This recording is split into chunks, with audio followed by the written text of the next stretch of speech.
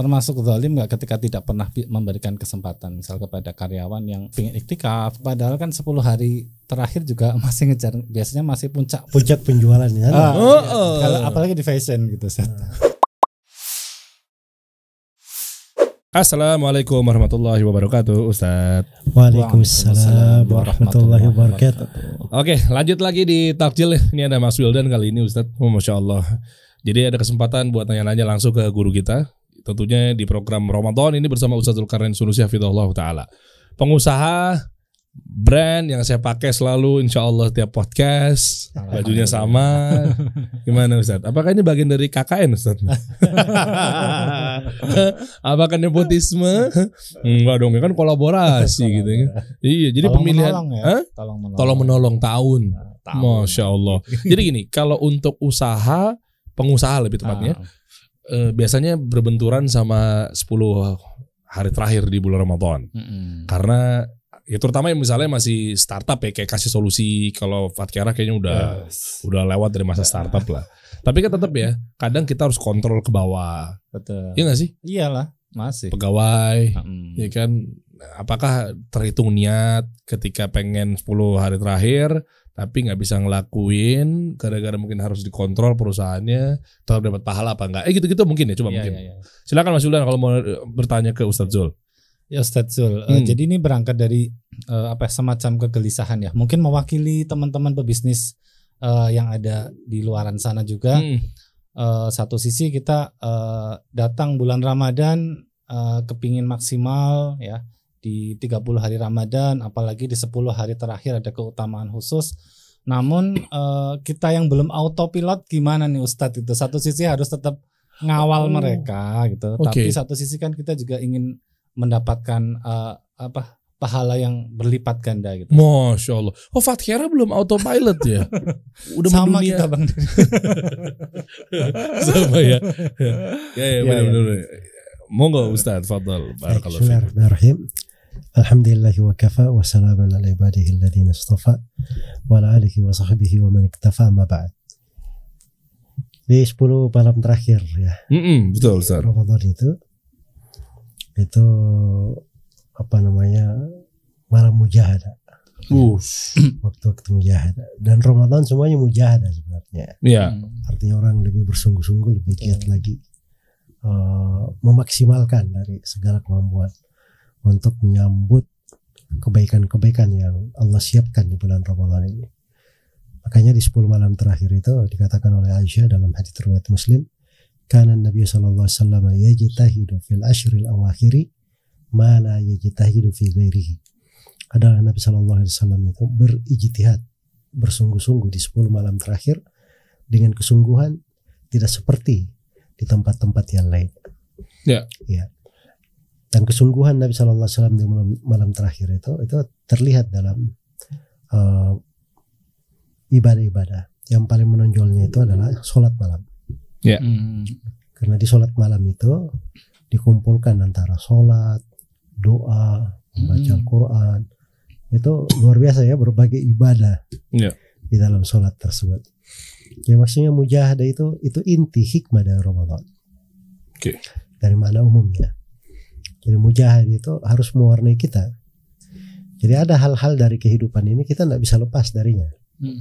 Ya seperti yang disebut oleh Mas Wildan misalnya tadi belum autopilot ya. Misalnya masih ada yang perlu kita harus kontrol langsung. Kontrol, dikawal. Dan itu juga terkait dengan hal-hal yang kadang kita nggak bisa terlepas darinya. Ya mungkin kalau kita terlepas, kasihan juga sebagian dari karyawan kita mungkin kurang dari pembagiannya, tidak cukup untuk hari rayanya, kan? Atau kadang kembali ke kita juga, mungkin sebagian dari barang-barang dan produk kita ini yang harusnya habis di Ramadan jadi numpuk-numpuk gitu kan. Jadi hal-hal yang seperti itu kan kadang terjadi dan kadang kita sulit untuk terlepas darinya. Cuma di situlah letak mujahadah. Ya pokok yang paling penting sebenarnya kita itu selalu berusaha untuk mendekati apa yang Nabi Shallallahu Alaihi Wasallam anjurkan. Karena itu Nabi Shallallahu Alaihi Wasallam bersabda, saddidu wa qaribu. Saddidu artinya berjalan kalian lurus gitu, jangan bengkok. Saddidu, lakukan tasdid. Kalau tidak bisa qaribu, selalu kalian mendekat. Ya, jadi memang ada tingkatan. Manusia itu tidak semuanya punya kemampuan sama. Sahabat saya tidak semuanya Abu Bakar Siddiq kan. Tidak semuanya Umar bin Khattab. Umar saya tidak sampai ke kedudukan Abu Bakar kan. Ya kan. Jadi sahabat yang lain belum tentu sampai ke kedudukan 10 orang sahabat dijamin masuk surga. Jadi mereka juga berjenjang-jenjang di dalam hal tersebut. Tapi ada sebagian perkara yang bisa menyambung ya pada kebaikan-kebaikan itu. Nah, di antaranya itu mujahadah tadi, kesungguhan. Itu kan menyambung. Terus di antaranya juga adalah kecintaan kepada kebaikan, kecintaan kepada agama. Ya, karena itu suatu hari Nabi Shallallahu Alaihi Wasallam berucap sebuah ucapan. Yang ucapan ini oleh Anas bin Malik, kata beliau, saya gembira banget mendengarkannya. Sama seperti saya ketika masuk Islam, saya gembira banget mendengarkan. Karena Nabi Shallallahu Alaihi Wasallam bersabda, almar'u ma'aman ahabba. Seorang itu bersama siapa yang dia cintai. Ya. Jadi kata Anas bin Malik, saya ini tidak sampai amalan saya dengan amalan Rasulullah, amalan Abu Bakar, amalan Umar. Tapi saya ingin dikumpulkan bersama mereka di sorga. Makanya saya pun, kata Anas, saya cinta kepada Allah, cinta kepada Rasulnya, cinta kepada Abu Bakar, cinta kepada Umar, kepada Uthman, kepada Ali. Saya berharap dikumpulkan bersama mereka semua, walaupun amalan saya tidak sanggup mencapai amalan mereka. Karena kecintaan itu tadi. Nah, jadi itu ada hal yang kita harapkan di belakang itu. Ya, di situ juga kita penting untuk memperbaiki niat yang baik, niat yang saleh. Sebab niat ini luar biasa ya peranannya. Sebab kadang orang dia tidak sanggup melakukan sesuatu, tapi karena niatnya yang saleh, sesuatu tidak dapatkan sempurna. Ya. Karena itu di perang Tabuk Nabi berkata, di kota Madinah ada sekelompok orang, kalian ini pasukan yang jalan dimanapun kalian menempuh lembah, mendaki gunung, yang di Madinah itu ikut bersama kalian dalam pahala. Ya. Siapa mereka ya Rasulullah? Kata para sahabat, kata Nabi, mereka adalah kaum tertahan oleh udur. Tertahan oleh udur. Misalnya apa? Sakit, jaga orang tua, apa gimana Zat? Kan sehingga nggak bisa ikut perang. Waktu itu ada sebagian sahabat memang dia sanggup sehat, cuman ditugasin oleh Nabi menjaga kota Madinah. Pergi semua kan, siapa yang menjaga kota kan? Ya kan harus ada yang jaga juga kan. Ada sebagian sahabat mungkin sakit, punya kesiapan tapi sakit. Nah, itu kayak gitulah ininya. Jadi niat-niat yang baik ini itu bisa membuat kita untuk meraih dari berbagai kedudukan-kedudukan. Demikian pula ridha terhadap apa yang Allah gariskan untuk kita. Ya saya pengen misalnya Ramadan ini saya konsentrasi ibadah, iktikaf, semuanya saya ingin mujahadah siang dan malam dengan ibadah. Tapi saya punya keluarga, saya nggak ada duit untuk, saya nggak ada misalnya kemampuan untuk menghidupi mereka di akhir Ramadan ini. Saya harus bekerja, ya kan? Nah, di situ kan sudut lain lagi kan. Ya, bekerja, kerjaan ini kita jadikan sebagai sebuah amalan kita. Bagaimana dengan hal tersebut itu termasuk ketaatan yang kita lakukan. Masya Allah. Ketaatan yang kita lakukan. Tapi selalu kita ingat bahwa 10 hari terakhir Ramadan, bulan Ramadan secara umum itu terkait dengan amalan-amalan tertentu. Sholat, puasa, ya sedekah, ya kan, membaca Al-Quran. Nah, itu semua semaksimal mungkin kita laksanakan, kita kerjakan. Kalau tidak bisa sempurna, kita berusaha mendekati sempurna. Tidak bisa mendekati sempurna, kita laksanakan sesuai dengan apa yang kita mampu. Ya alhamdulillah tidak ada hal yang luput ya, pintu ibadah terbuka untuk semuanya. Ya dan alhamdulillah semuanya bisa menjadi nilai pahala. Barakallahu fiik. Allah barik fiik. Jadi poin yang saya tadi tangkap Ustaz, satu mungkin nanti kalau kurang bisa dikoreksi gitu. Satu ketika di 30 hari Ramadan kita siang tetap bisa tetap bisa bekerja dan malam dimanfaatkan tadi ya untuk beribadah. Ada sholat, doa, zikir, baca Quran dan seterusnya. Namun di 10 hari terakhir bisa lebih dikencengin untuk sedekah dan seterusnya, sedekah, sholat dan semuanya lebih kenceng gitu ya. Artinya siang dan malam nih untuk khusus Ramadan sama-sama kenceng gitu Ustaz ya. Terus betul. Yang kedua tadi ada niat ya, menjaga niat untuk tetap bahwa ketika siang itu juga tetap diniatkan untuk jalan beribadah ya. Apalagi kita yang sudah berumah tangga gitu, wajib menafkahi. Terus tadi ada poin juga mencintai orang-orang yang salih ya, menjaga circle kita supaya tetap positif dan tetap semangat beribadah. Itu ya Ustaz ya yang saya tangkap tadi. Di ibadah itu kan Nabi yang menuntutkannya kan, dilakukan oleh para sahabatnya. Jadi kita melakukannya cintaan kepada Allah, Rasulnya, para sahabat itu kan sudah luar biasa ya. Betul. Dari aplikasi kecintaan. Ya, mungkin bisa kehitung juga tetap dapat pahala menunggu Lailatul Qadar atau mungkin qiyamul lail juga kali ya. Misalnya pas lagi kita nggak bisa gitu loh Ustaz. Ya sebenarnya intinya itu ada kadang ibadah-ibadah kerjakan kebiasaan ya seharian, tapi dia bisa berubah menjadi ibadah karena niat. Makanya saya itu perhatikan dari niatnya tadi. Bab pertama ya niat memang harus. Makan yang biasa pada umumnya sama makan tapi gara-gara berpikir bahwa makan kalau gue makan gue kuat, gue bisa nyari nafkah, semangat, nggak lemes buat anak istri. Itu beda tuh Ustaz ya. Sama makan gara-gara pengen kenyang aja gitu Ustaz. Itu kan nilai ibadah. Jadi masuk tuh kehitung ibadah tuh. Masya Allah, emang Islam luar biasa mengaturnya ya. Nggak ada yang berbuatan sia-sia ibaratnya kalau memang kita niatkan dengan tujuan yang positif atau tertentu gitu ya. Masya Allah. Makanya sebagian ulama itu karena ini masalah banyak yang melalaikan dan juga jarang dipelajari. Makanya sebagian ulama itu berkata saya berharap itu ada orang guru yang ngerti masalah ibadah hati. Dia duduk kerjanya cuma itu aja, ngajarin orang bagaimana berniat yang bagus gitu. Masya Allah. Mengingatkan terus nih, nggak ada selesainya. Gimana Mas Wildan Fatkara? Mau nanya apa lagi nih kira-kira? Terjawab ya.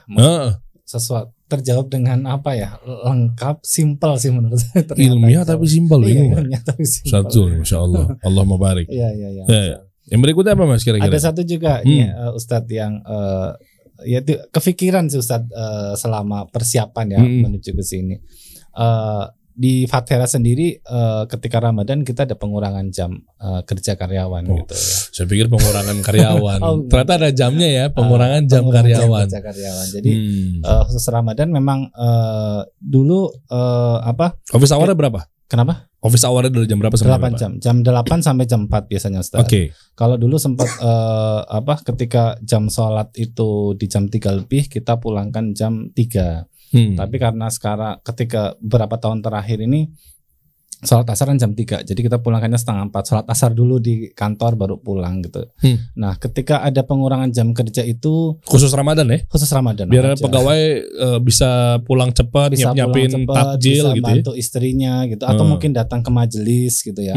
Nah itu apakah bisa terhitung sedekah Ustadz? Gitu? Asik. Ya kan kan karyawan digaji salah satunya dari jam kerja ya. Betul.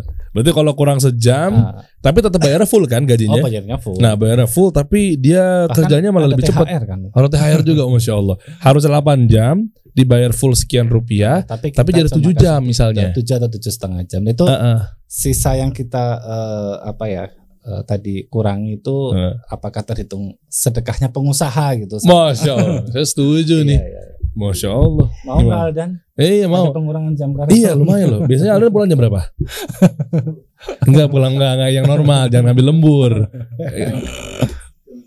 Jam 7 malam. Enggak, umumnya akad di sini. Jam 5 kita udah usir. Lebih bagus. Jam 5 mau nggak dipulangin jam 6? Sedekah loh saya. malah tambah. Pengen banget tuh. Siapa tuh Aldan kalau pahalanya banyak Ustaz jadi pulang jam 12 siang. Masuknya jam 11. Enak kan? Iya enak. Sayanya tekor. Gimana Ustaz? Fatal Ustaz. Barakallahu fiik. Itu kan nilai sebenarnya kan. Ya sedekah itu kan banyak. Nah, ya senyum terhadap saudara juga sedekah juga. Iya. Amar ma'ruf nahi munkar sedekah. Ya kan? Bersedekah itu sudah pasti sedekah kan. Dikir juga sedekah. Banyak dari amalan dihitung sebagai sedekah. Tapi kalau misalnya pertanyaannya memang ini sedekah harta kan. Iya. Apakah dihitung dengan sedekah harta? Jawabannya iya, pasti kan. Itu kan nilai. Jadi gaji misalnya 2 juta untuk kerja 8 jam. Iya. Ya kan sudah dihitung kan. Nah, begitu dikurangi sisa 6 jam saja, tetap 2 juta. Berarti kita ada sedekah di situ. Oh iya benar. Kadang kita nggak kepikir soal. Benar juga ya. Masya Allah ya. Iya benar. Nah itu subhanallah ya, memang di antara ruh di bulan Ramadan itu. Ketika kita berpikir untuk hal yang seperti itu artinya Ramadan itu bermanfaat benar itu. Pengaruhnya itu kelihatan di diri kita gitu. Betul. Karena Ramadan kan artinya membuat seorang itu lebih dermawan. Iya. Lebih cinta kebaikan untuk orang. Lebih membantu orang supaya bisa kepada kebaikan. Betul. Ya maka insya Allah tidak diragukan bahwa itu masuk di dalam. Alhamdulillah. Apalagi kalau memang malam hari orang kan begadang juga sholat kan. Kadang pagi masuk jam 8 nggak sanggup dia. Oh jadi masuknya dari jam 9. Oh iya benar. Enggak masuk jam 10. Nanti pulangnya jam 2, 4 jam dia kerja. Iya. Benar juga ya. Atau benar Mas, bisa juga di belakang, bisa juga di depan. Tadi idenya Ustadz tuh. Contoh, misalnya harusnya dicepetin, anggaplah sejam lah misalnya sejelekannya ya. Jam 4 dia pulang, tapi jadi jam 3 gitu kan. Atau masuknya jam 8 tapi jadi jam 9. Iya kan? Mungkin dia malamnya kan semalam suntuk kan. Wow. Tapi kalau di Fatera alhamdulillah di bulan-bulan reguler selain Ramadan kalau pagi juga ada baca Quran sama sholat duha sebelum mulai. Jadi Ramadan itu memang inspirasinya dulu ketika Ramadan 2017 terus akhirnya kita rutinkan di luar Ramadan. Masya Allah. Sama ya Aldan nih, kasih solusi kalau pagi-pagi juga tetap kerja normal meeting. Yuk bantuin dong. Iya benar sama tuh kayak Fatira begitu Aldan juga pengen banget Masya Allah. Kan ada taklim rutin kan. Taklim rutin di selama bulan Ramadan di dalam studio Kasih Solusi ini. Ini lagi taklim. ada Ustadz Riyad Bajri. Ya Ustadz Riyad. Maksudnya taklim rutin itu juga bagus juga untuk pegawai. Iya. Alhamdulillah ada juga Ustadz tapi sepekan sekali Ustadz. Iya itu bagus. Maksudnya sebulan sekali juga nggak apa-apa.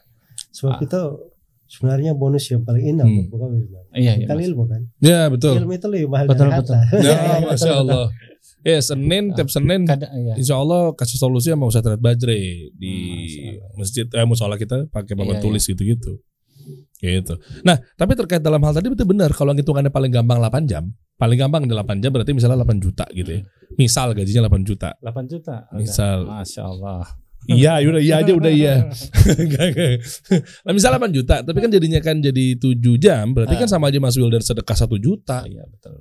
Misalnya setengahnya berarti berapa? 7,5 jam? Berarti sedekah 500.000 satu orang. Pegawai berapa? Sekarang 25.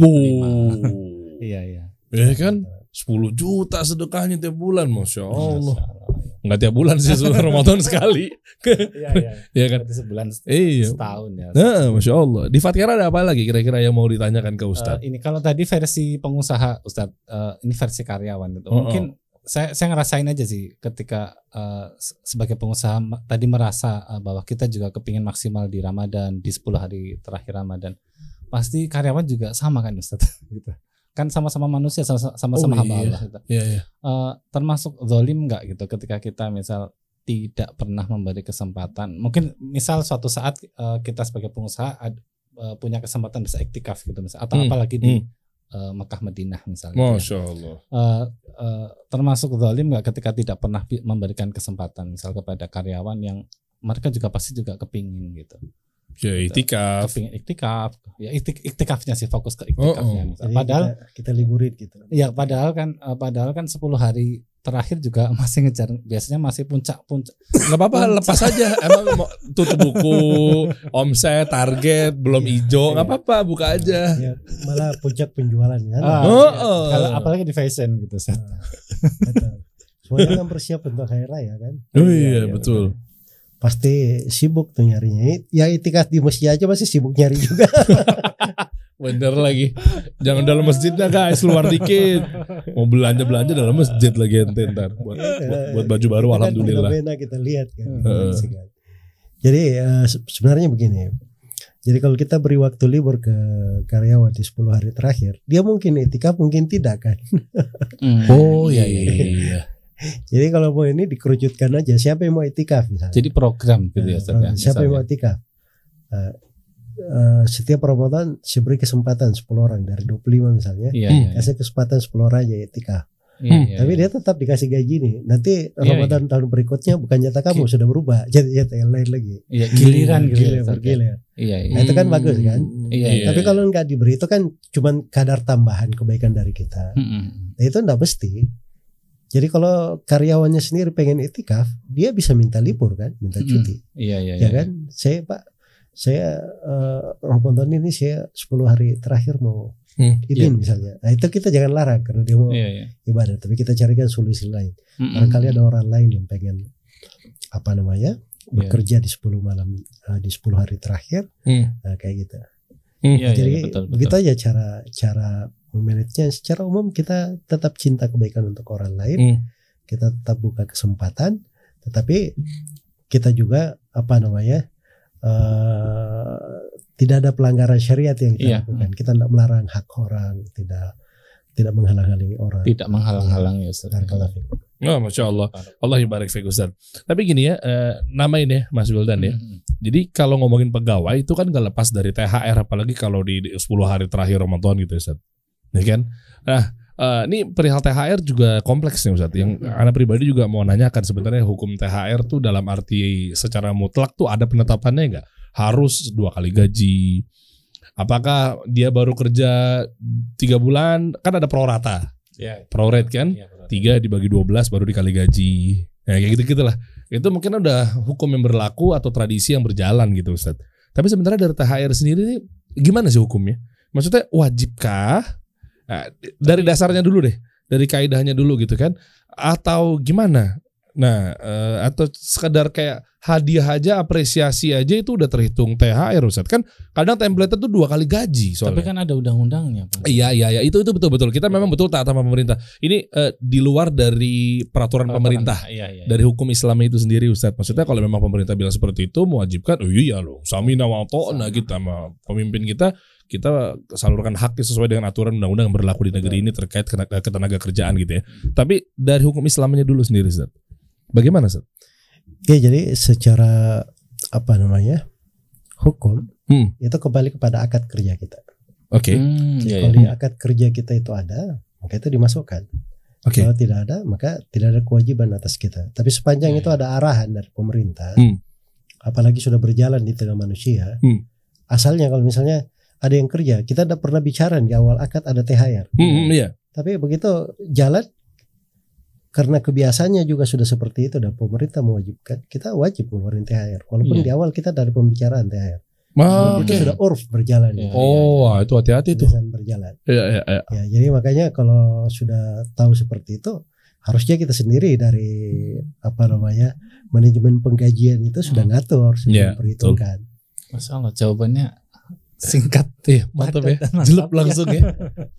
Kena akad sama dari akad. Memang kalau dari hukum Islam sendiri, urf budaya setempat yang berjalan. Pemerintah mendorong juga. Tapi memang pada dasarnya secara hukum Islam ya tergantung akad ya. Kalau di negara-negara lain yang Ustaz tahu, kan Ustaz kan sering berhubungan sama negara-negara Timur Tengah gitu kan, Saudi misalnya, itu gimana Ustaz? Ya, jadi negara-negara itu setahu saya kebiasaannya itu berbeda-beda kan. Jadi akad itu sesuatu itu kadang terkait dengan akadnya, kadang terkait dengan kebiasaan yang berjalan. Kebiasaan berjalan itu 2 macam, ada keberjalan umum, ada yang khusus pada sebuah kerjaan tertentu saja. Jadi pada 2 keadaan, umum maupun keadaan khusus di keadaan tertentu, itu tetap berlaku. Ya, karena makanya di kaidah fikih besar itu salah satunya berbunyi al-ada muhakkamah. Kebiasaan itu hukum yang diterapkan, yang berjalan begitu. Ya. Nah, Masya Allah. Clear.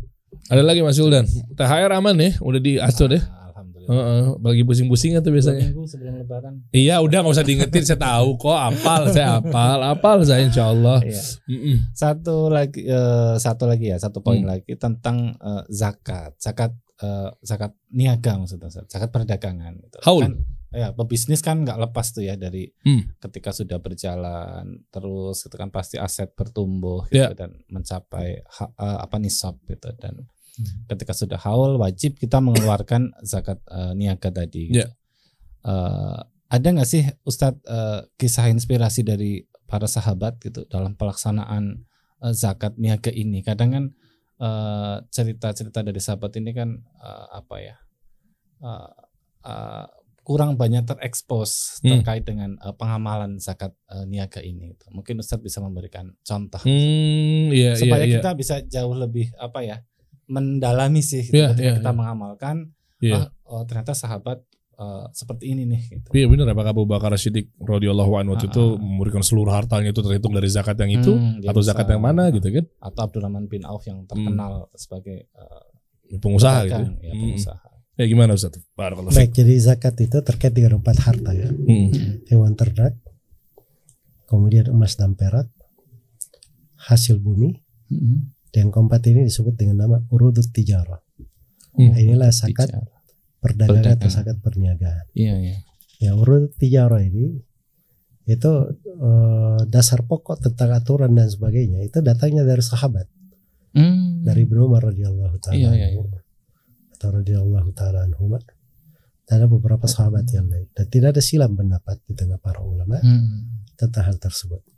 Jadi maksudnya itu hal yang dimaklumi, makanya sahabat itu memberikan fatwa menjalani karena hal yang mereka sudah terima dari Nabi Shallallahu Alaihi Wasallam. Jadi mereka itu bukan sekedar menerima hukum saya, ya mereka menerapkan, mereka tahu, makanya mereka ngerti sekali bagaimana cara penggunaannya. Ya, jadi kalau itu sudah terlihat dari para sahabat, ya apalagi tidak ada silam pendapat di tengah hal tersebut, itu menunjukkan bahwa itu adalah hal yang dimaklumi. Memang sudah berjalan di semua para sahabat itu ya. Sudah berjalan, hal yang dimaklumi. Jadi sedikitnya misalnya kita dengar kisah-kisah tertentu tentang hal itu, itu terkait dengan kekurangan kita saja di dalam. Karena memang mereka udah menjalani rutin gitu ya. Iya, makanya itu kan sudah ada di sudah maklum gitu ya. Hukumnya kan. Iya. Jadi itu sisa perlu kita dengarkan aja histori dari para sahabat. Itu ditulis buku berjilid-jilid itu tentang kisah hidup para sahabat itu. Kita yang kurang baca sih. Wah, ada Ustaz ya. Iya. Masya Allah. Ada lagi Mas Wildan tentang pengamalannya ini. Ya kita juga pernah melakukan, tapi ingin mendapatkan penjelasan dari Ustadz lebih lengkap gitu. Kan ada mungkin satu kondisi ya, misal kondisi keuangan kita, secara aset sudah memenuhi nisab gitu untuk bayar zakat. Namun dalam bisnis kan ada laporan neraca, kadang kan ada asetnya gede tapi ternyata cashnya kecil karena duitnya banyak berputar di produk gitu. Piutang. Nah, padahal membayar zakat itu kan tidak boleh ditunda ya Ustadz ya. Itu nah. Iya kan. Kalau udah jatuh harta kita jadinya liquid. Dalam bentuk non liquid.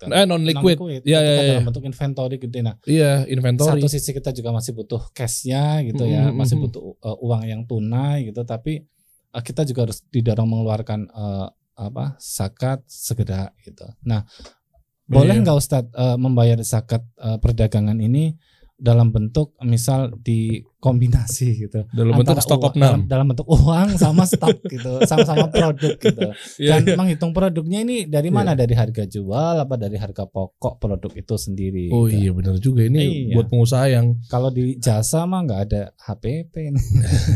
Ada listrik, komputer, laptop, ads, overhead. Iya sih benar juga ya. Ustadz, ya. Boleh nggak tuh dalam bentuk barang gitu? Karena uang pengusaha tuh kalau memang brand baju tuh ke situ lari duitnya tuh. Dan mungkin bisa juga mungkin secara proporsi wajarnya seperti apa gitu. Ketika harus tidak seluruhnya dalam bentuk uang gitu. Apa boleh kali Ustaz? Kan Anda lihat di masjid-masjid kadang sukanya pakaian gitu ya? Bukan ya? Beda ya Ustaz? Kasih pakaian gitu. Lah ya itu makanya penerapannya yang baik gimana nih kan? Mungkin dari Ustaz ada. Anda pernah lihat di masjid Solo ngasihnya pakaian. Iya, mungkin orang ngasih pakaian, tapi apa gitu zakat atau sedekah? Itu. Anda nggak mau nyebutin nama masjidnya lah. Anda pernah lihat mau sholat situ pas sudah mau detik-detik terakhir mau lebaran, pas pulang kampung. Pasti di masjid dekat rumah mertua tuh. Kok ada baju? Astagfirullah. Baik, jadi begini ya. Ada beberapa hal mungkin. Yang pertama itu di pembahasan zakat itu. Para ulama sebutkan seorang itu menghisap dirinya zakat itu seperti seorang yang sangat kikir menghitung duitnya. Tahu nggak sebenarnya? Rezayat kiker gitu dit ya.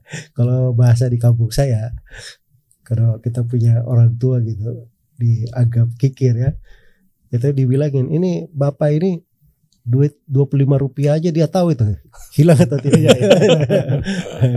Iya. Itu bahasa gitu.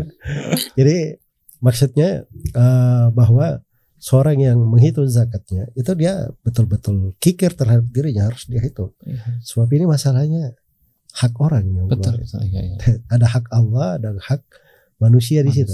Hak Allah dari sudut Allah yang mewajibkan, hak manusia memang zakat diberikan kepada orang-orang yang mustahikin. Dan itu kan bukan uang kita kan Ustaz ya? Itu bukan uang kita, jadi kita harus keluarin gitu. Iya. Ya, itu sudut yang pertama. Sudut yang kedua, ini langsung terkait dengan pertanyaan ya.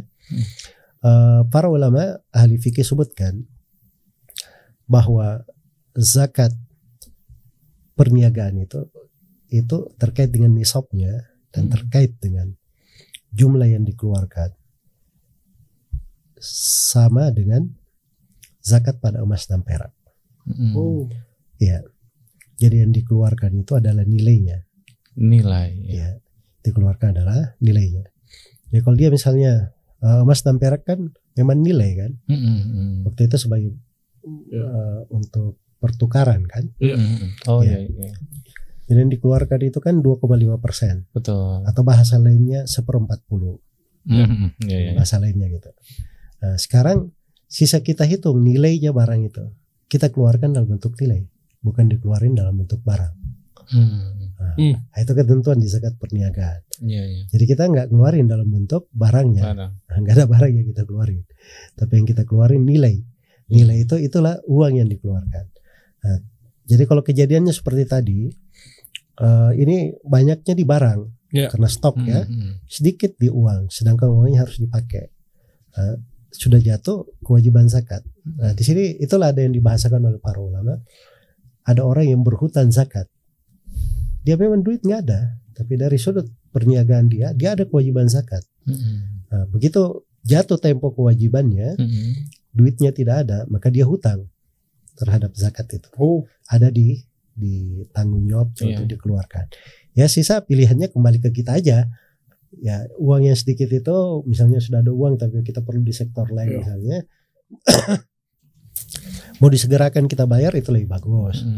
Ya kalau misalnya ini darurat, ini membahayakan bisnis saya dulu, sementara saya fokus dulu untuk modal lagi untuk ini, nanti insya Allah penjualan ini akan pasti ada hasilnya, kita undur sedikit. Itu boleh aja, boleh aja karena memang kondisi darurat ya mengharuskan. Tapi pada dasarnya ketika sudah jatuh kewajiban, ya kewajiban itu dilaksanakan sesegera mungkin. Itu yang paling bagus. Barakallahu fiik. Ya Allah barik fiik Ustaz. Jadi ya hal yang sifatnya wajib jangan ditunda-tunda. Tapi ketika tadi ada darurat, misal tidak mencukupi atau ada kebutuhan di yang lain harus, itu berarti hutang zakat gitu ya. Saya sengaja munculin kata boleh hutang zakat karena orang kondisi pebisnis itu kita tahu ada waktu-waktu duit itu nggak bisa keluar. Betul. Kalau dia keluar itu membahayakan bisnis dia. Mudarat malah jadinya pegawai jadi nggak digaji, stok jadi berantakan sehingga kan numpuk. Jadinya kita malah kewalahan nanti, gimana kita nggak punya duit tadinya. Dari mana-mana ya begitu ya. Masya Allah. Clear banget. Alhamdulillah ya. Masya Allah ya. Ada sebagian pebisnis dia sengaja nyari Ramadan untuk ngeluarin zakatnya. Itu sebenarnya kebiasaan bagus ya di tengah umat Islam. Walaupun sebenarnya zakat itu keluarnya ketika jatuh tempo. Jadi sebelum Ramadan misalnya di bulan Syaban sudah jatuh tempo, Syaban dikeluarin. Jangan diakhirin ke Ramadan. Tapi kalau misalnya jatuhnya di Syawal, Dzulqa'dah, dia kedepankan ke Ramadan, nah itu cakep. Boleh Ustaz. Padahal belum jatuh nisab tuh. Belum jatuh haul. Belum jatuh haul, tapi nisabnya sudah ada dan kewajiban zakatnya pasti kena di masa itu. Boleh kita kedepankan. Itu dalilnya Abbas bin Abdul Muttalib radhiyallahu taala anhu, dia keluarkan zakatnya langsung untuk 2 tahun berturut-turut. Langsung karena dia punya aset ini tahun depan pasti ada zakatnya. Jadi dikeluarin aja 2 tahun berturut-turut. Terus yang tahun depannya itu nanti tetap dia gak bayar lagi sudah. Udah gak perlu dirapel, dirapel. dirangkum ya. Rapel bener kan? Iya. Bahasa Irlandia kalau nggak salah ya. Digabung gitu. Masya Allah. Nih mungkin terakhir nggak tahu Mas Julian masih ada yang mau tanyain? Mas Dede. Nggak apa-apa kalau misalnya masih ada. Ya, ini sebenarnya ini agak keluar tema dari tentang usaha baju dan seterusnya Ustaz. Ya memang belakangan ini kita belum sempat kebahas sih. Karena memang banyak banget narasumber yang datang ke sini kan sesuai dengan profesinya. Nah, bahkan pengerucutan ke fikih puasanya, Anda pengen nanya ini Ustaz. Ya dikit deh Ustaz. Misalnya masih banyak juga keraguan dari teman-teman kita yang terkait ngekodok puasa, ngeganti puasa, atau mungkin yang haid.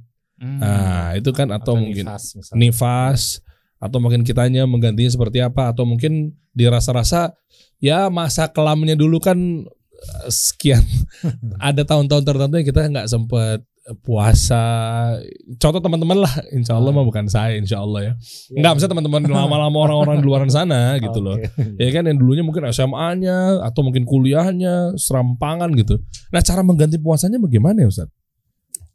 Nah itu yang ada silang pendapat dengan para ulama. Apakah puasa yang dia tinggalkan secara tidak sengaja itu bisa diganti atau tidak bisa diganti? Iya. Sebagian ulama berkata itu nggak bisa diganti. Nah, terus kewajiban dia telah luput waktunya. Dia yang menelantarkan. Jadi solusinya adalah dia memperbanyak puasa sunnah untuk menambal puasa wajibnya yang kurang. Oh, Senin Kamis puasa atau apapun itu ya, Sal? Ya, apapun dari puasa sunnah untuk menambal. Nah, sebagian ulama yang lain berkata nggak bisa diganti. Sepanjang dia ingat berapa dari kewajiban yang dia tinggalkan, dia ganti sebab asalnya dia adalah ibadah yang wajib didatangkan.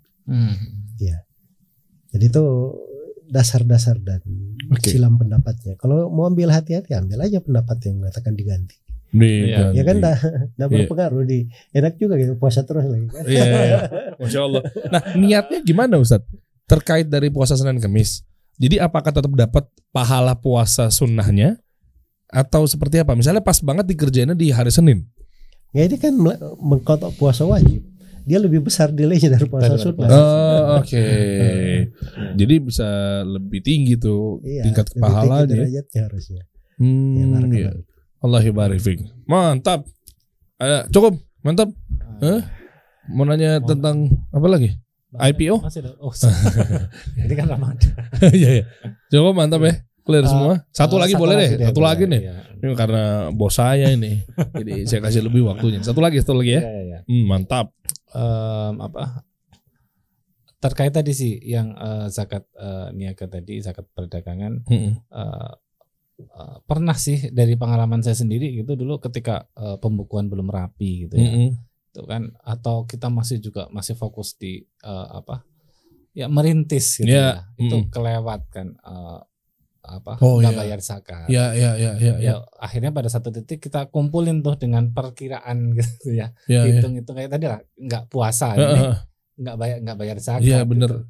Apakah uzur Ustaz? Apakah nggak apa-apa nggak ngeluarin zakatnya atau dipaksa-paksa ngitung-ngitung gitu? Kalau kemarin sih kita paksa ngitung sih dengan perkiraan gitu ya, dengan kira-kira lah yang kira-kira aman.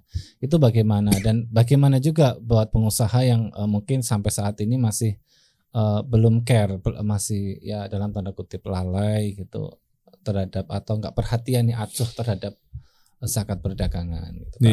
Karena kan kadang kita fokusnya ke pajak gitu kan, fokusnya ke apa yang lain-lain lah, biaya-biaya yang keluar di bisnis gitu, atau belanja aset atau apa gitu. Gimana Ustaz?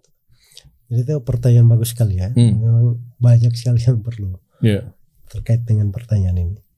Jadi saya tadi munculkan ya. Jadi kalau dia belum bayar zakatnya itu masih ada nih kewajiban di atas pundaknya. Hutang zakat. Kewajiban di atas pundaknya harus dia tunaikan. Ya jadi hutang sepanjang dia belum bayar seumur hidupnya dihutang gitu. Ya Allah. Karena bukan uang kita kok ya tadi. Iya dia kan tahu bahwa itu ada zakatnya di situ, dia nggak keluarin. Kan? Nah, sepanjang dia tahu jumlahnya, nilainya berapa, maka dia keluarkan. Jadi tadi langkah yang diambil kan sudah bagus, dibuat perkiraan, diambil hal yang amannya kemudian dikeluarkan. Nah itu cakep banget sudah, Masya Allah ya. Jadi kita juga harus berhati-hati juga kan. Ya kadang di hitung-hitungan ini ada yang kayak wah anggap aja kita kira-kira kok selebihkan gini udah aman banget. Gitu. Nah itu kalau dilebihin gitu gimana Ustaz? Maksudnya aduh bener-bener blank lupa. Oh udah deh kasih aja misalnya memang gede gitu, memang besar udah ada 10 juta deh, 5 juta deh gitu. Atau kehitungan malah sisanya malah pahala sedekah atau semuanya sedekah lagi bukannya zakat. Enggak ada masalah kalau dia misalnya berhati-hati untuk mengeluarkan. Maka dalam Al-Qur'an Allah berfirman fattaqullaha mastata'tum. Bertakwalah kepada Allah sesuai dengan kemampuan kalian.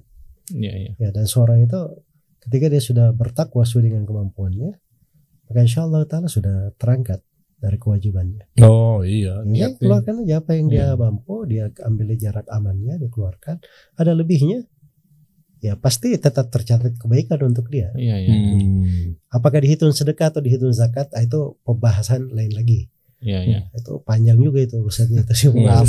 Satu kali waktu bahas masalah zakat. Iya, benar tuh. Perdagangan tuh. Boleh lah, insyaallah kita coba pola-pola kotak-kotakin perindustrian aja tuh. Ya, Ustaz masih mau mampir semangat terus aja tuh. Support kawan-kawan kita di sini Ustaznya. Masya Allah, syukran Ustaz. Jazakallah khair. Fatkera kira-kira ke depannya ada promo baru apa nih produknya? Ini ngeluarin produk baru ini kan? Logonya berubah. Udah keluar Bang Deddy. Yang paling baru? Brand ambassador belum dapat, belum dikirimin yang ini. BA masih belum dikirimin. Apa udah tapi nyangsang di mana ya? Bisa jadi itu. Jaketku yang biru ketinggalan lagi. Nanti minta dikirim ya. Hilang. Informasi terbaru teman-teman cek aja di deskripsi di bawah ya. Ada Fatkera tuh produk-produk yang paling barunya luar biasa deh. Ya insyaallah Fatkera tahun ini akan melebarkan kategori produknya. Gitu. Jadi akan hadir bermacam-macam produk. Lebih ke arah daily sih.